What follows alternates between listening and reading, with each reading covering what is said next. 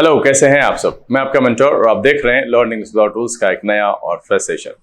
आज मैं यहाँ पर उपस्थित हुआ हूँ क्लोज टेस्ट के अगले एपिसोड के साथ और एपिसोड संख्या है 5। उम्मीद है कि चारों एपिसोड आपने सॉल्व किए, अच्छे अंक प्राप्त किए, साथ में आपको इम्प्रूवमेंट दिख रहा है।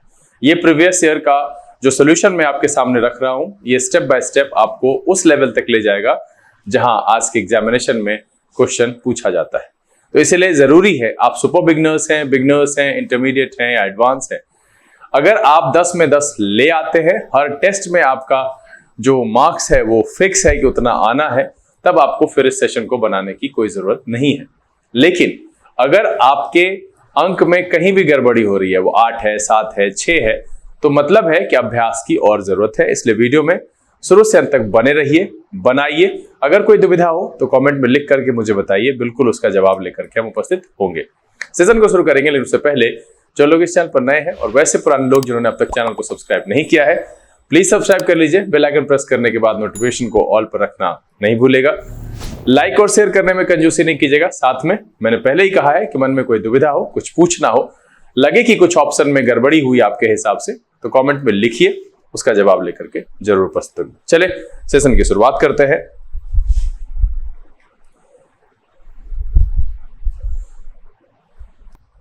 लर्निंग इंग्लिश विदाउट रूल्स के सेशन में एक बार फिर से आप सबका तहे दिल से स्वागत है। उम्मीद है आप सब तैयार हैं और आपको पता है कि इसमें आपको वीडियो को पॉज करना है, दिए गए सेट को सॉल्व करना है, फिर हम एक्सप्लेनेशन के साथ उपस्थित होते हैं। वहां पर मिलाना है कि आपका कितना आंसर सही हुआ है। तो चलिए हम यहाँ पर क्वेश्चन आपके सामने रखते हैं, फिर स्क्रीन से हटेंगे। आप इसको आराम से बनाइए, फिर हम उसके बाद इसका आंसर लेकर के उपस्थित होंगे।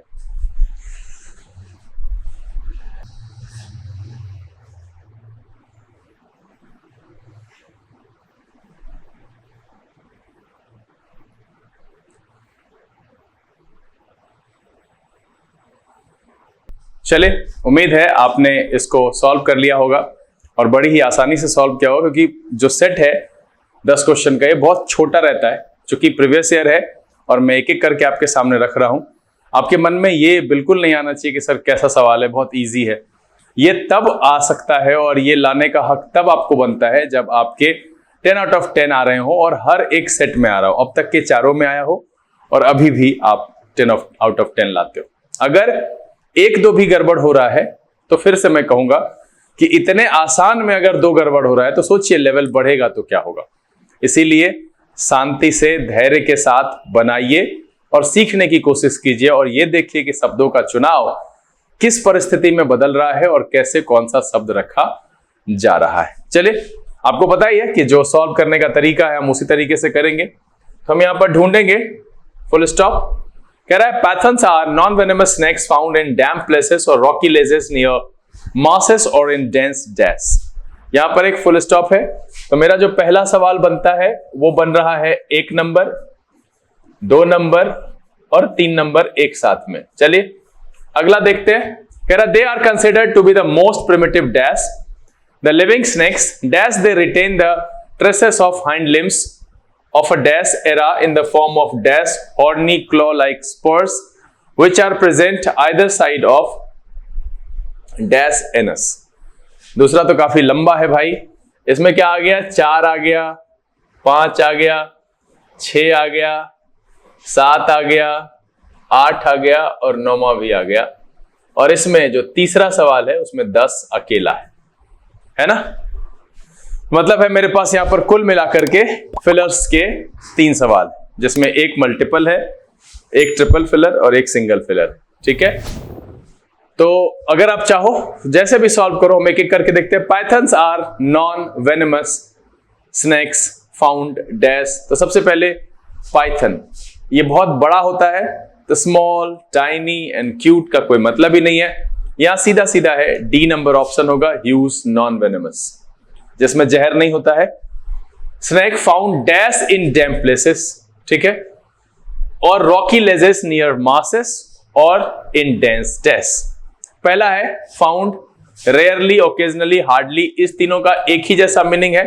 यहां पर जो है मोस्टली सबसे सुटेबल आएगा कि वो अधिकांशतः कहां पाया जाता है, इन डैम्प प्लेसेस और रॉकी लेजेस, है ना, कगार पर जहां वो दलदली इलाका होता है, और in dense dash cities, hills, towns. Cities का कोई मतलब नहीं है, टाउन्स और सिटीज का तो कोई मतलब ही नहीं है। हिल्स और जंगल्स में, यहां पर जंगल्स, तो मेरा बी यहां पर आएगा। तो हम तीनों को मिलाकर के देख लेते हैं कि pythons are huge non venomous snakes found mostly in damp places और रॉकी लेजेस नियर मासेस और इन डेंस जंगल। तो मेरा जो पहला वाला है ये हो गया। अब आगे कह रहा है they consider to be the most primitive dash the living snakes. Most primitive, अब यहां पर देखिए लिविंग स्नेक्स है, तो आपको पता होना चाहिए कि बिटवीन, अमंग, ये सब का प्रयोग यहां पर देखिए बिटवीन है, यहां पर अमंग है। ओवर और इन का तो कोई मतलब ही नहीं है। बिटवीन का प्रयोग हम दो के बीच के लिए करते हैं, और अमंग का प्रयोग हम दो से ज्यादा के लिए करते हैं।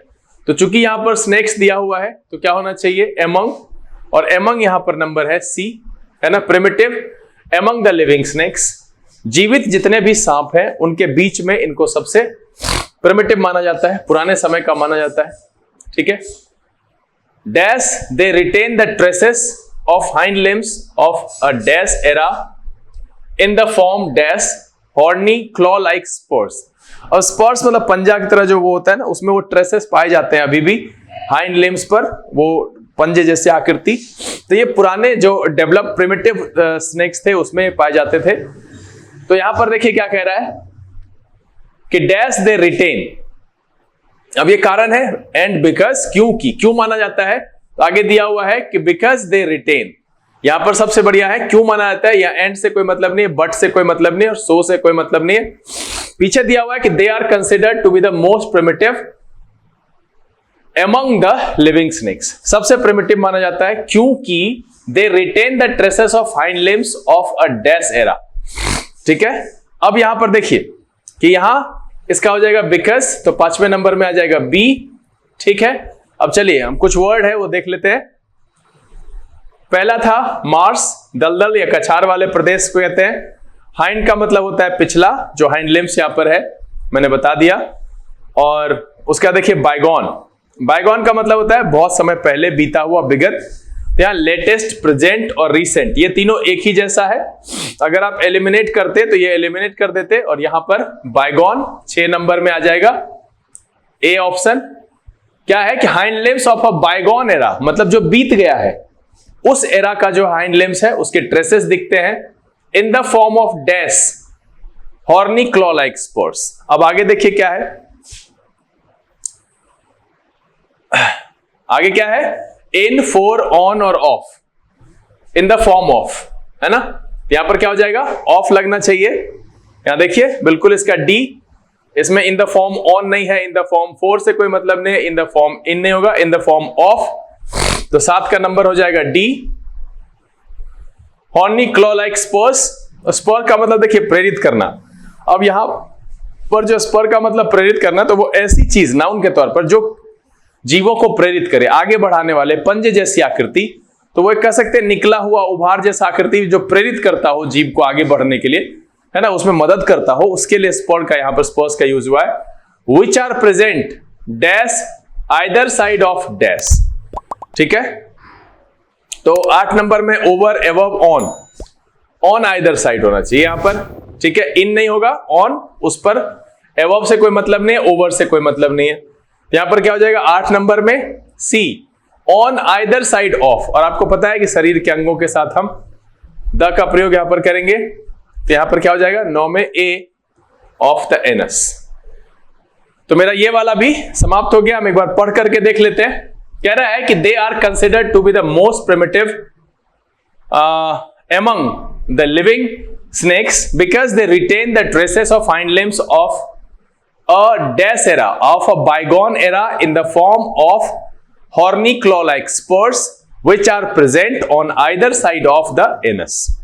अब यहां पर लास्ट वाला आ गया कि these hind limbs are functionless in female pythons। यहां पर सीधा सीधा है in, among का कोई मतलब नहीं, with का कोई मतलब नहीं, on का कोई मतलब नहीं है, यहां हो जाएगा D।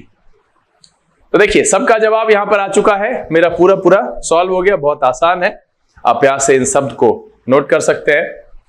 तो बहुत ही इजी था कि pythons are huge non-venomous snakes found mostly in damp places or rocky ledges, near marshes or in dense jungle.